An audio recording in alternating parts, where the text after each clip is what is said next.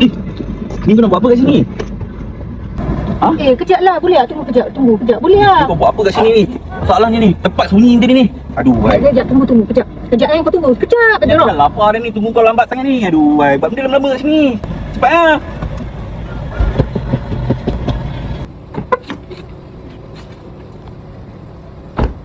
Okay, macam mana? You mau pinjam berapa? Ini apa benda ni? Kau nak buat apa ni?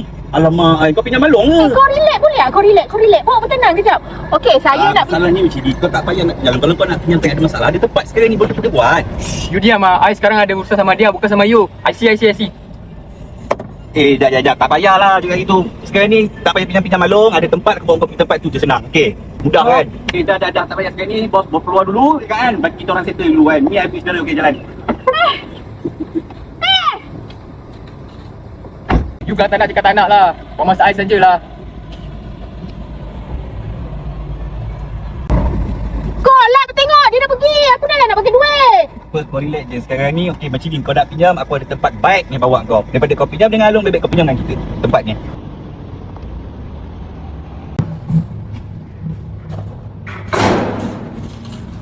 Okay, sekarang ni kau duduk di sini, kau sign borang. Nak tahu settle kamu macam mana. Ya Kak, boleh saya bantu? Berniaga boleh pinjam tak? Boleh Kak, kita sini menyediakan pinjaman untuk peniaga, sektor swasta dan pejabat awam.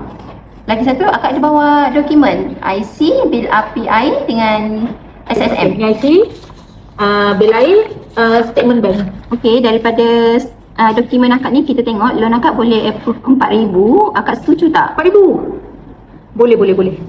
Okey, akak pilih saya ni. Okey. Sayang sini ya.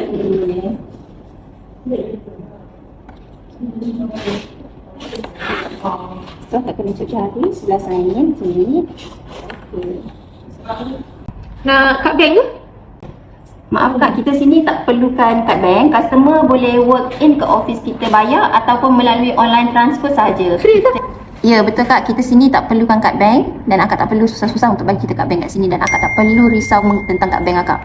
Oh, senang lah. Akak boleh cek handphone akak, duit dah masuk. Oh, cepat Okey, proses kita dekat sini tak sampai 1 jam. Cepat, mudah, telus. Okey, maknanya tak pakai kad bank, saya boleh balik lah. Dan tak saya perlu. boleh enjoy dengan duit ni ya. Okey, boleh. Okey, terima kasih. Terima kasih. Terima kasih banyak. Hai semua, kepada warga Muar yang nak buat pinjaman, boleh walk in ke office kita 911 Loan Konsultasi Sdn Bhd, Jalan Saleh, ataupun boleh hubungi nombor yang tertera di atas. Jadi tunggu apa lagi? Jom submit loan dengan syarikat kami. Bye.